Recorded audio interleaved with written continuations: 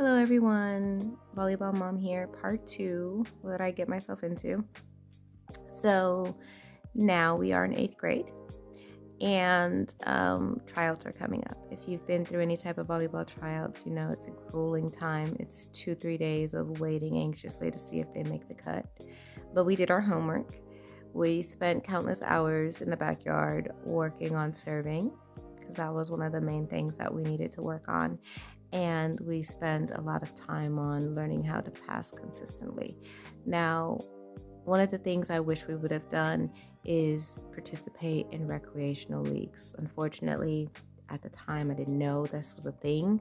And I feel like it could have really helped elevate where we were. Now, recreational leagues are really inexpensive. They can range anywhere from $30 to $60, and it's like a 4 or 5 week season with a couple of games, and they win a t-shirt and a medal, and it's absolutely worth the money because they gain confidence, they gain skill, real world skill, and they get the opportunity to practice what they know. So if you have not put your kid in recreational leagues, I highly recommend you do so. So we went to tryouts for 8th grade and we made it. So let's talk about our 8th grade journey. The grade A team, and we were so excited because we really worked really hard for this. And for the first time, it felt like, oh my God, all the hard work paid off. And this lesson I was trying to teach my daughter for, if you work for something, you're going to get it. You know, if you work hard, you're going to get it. And we were very surprised to see that once we got into the 8th grade volleyball, it was more of a like, everybody choose and pick their own position. I was a little disappointed that the coaches did not facilitate which position each player would be playing and how things worked. It was just the loudest person, that one that's most aggressive, is going to get what they want. And I didn't find that fair at the time. I was very upset because I do have a very shy daughter with low confidence, and, you know, having to fight her way through these other girls who are way more aggressive, way more loud, it just seemed unfair at the time because she had the skill, but I guess she just didn't have the voice to speak up for herself. And as a mom, probably that was the most frustrating moment for me, because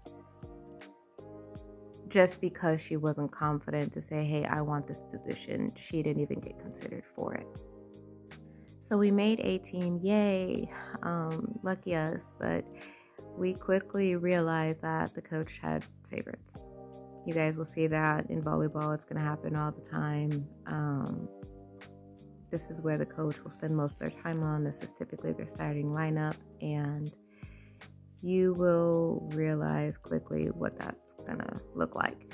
So long story short, she spent a lot of time in the beginning of the season on the bench, and so we thought it would be best if she moved down to B team. So she asked to move down to B team because her ultimate goal was she wanted to learn the game and she wanted to be able to play. So we moved down to B team, which we found ourselves much happier on. Maybe they didn't win as many games. They did win games, but she was able to really just kind of find herself on the court. One of the things that we ran into is she did have extreme game anxiety. So being on the court, on the game, made it very difficult for her to perform the way that I know she can perform because I've seen her, or just, you know, in general, just shine like I really wanted her to. So that season ended up going okay. Mostly, like I said, because we moved down to B team, which we found way more conducive for her, and just finding her love for the game. Things I wish I hadn't done. 8th grade A team volleyball.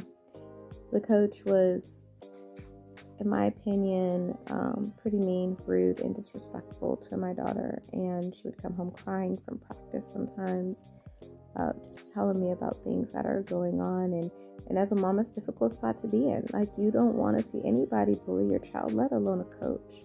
So it was very frustrating to have those feelings, those emotions, and I took it upon myself to email the coach.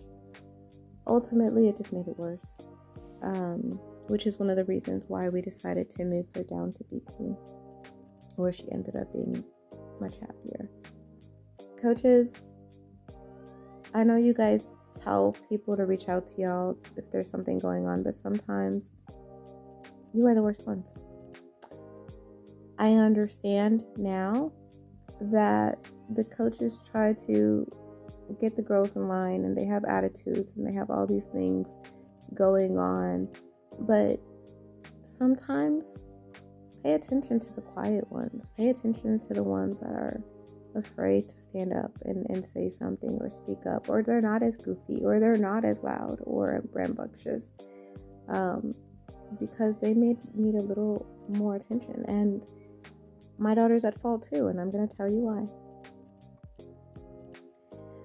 It was her body language. This is something that we found out way too late in the game. Way too late in the game. I mean, my daughter is an A student. Yes, ma'am, no sir, yes, sir, kind of gal. I mean, she follows the rules. She does what she's supposed to do. So I could never understand for the life of me why these coaches are having such an issue with her. And we found out it's body language. Now, your child may have this problem too, but my child has a resting face. And when she's concentrated, she may look a little grumpy at times. And I think that can be a little off-putting. Not only that, but my daughter used to cross her arms in front of her body. She just never knew what to do with her arms, so she would cross her arms in front of her body. That was just comfortable to her.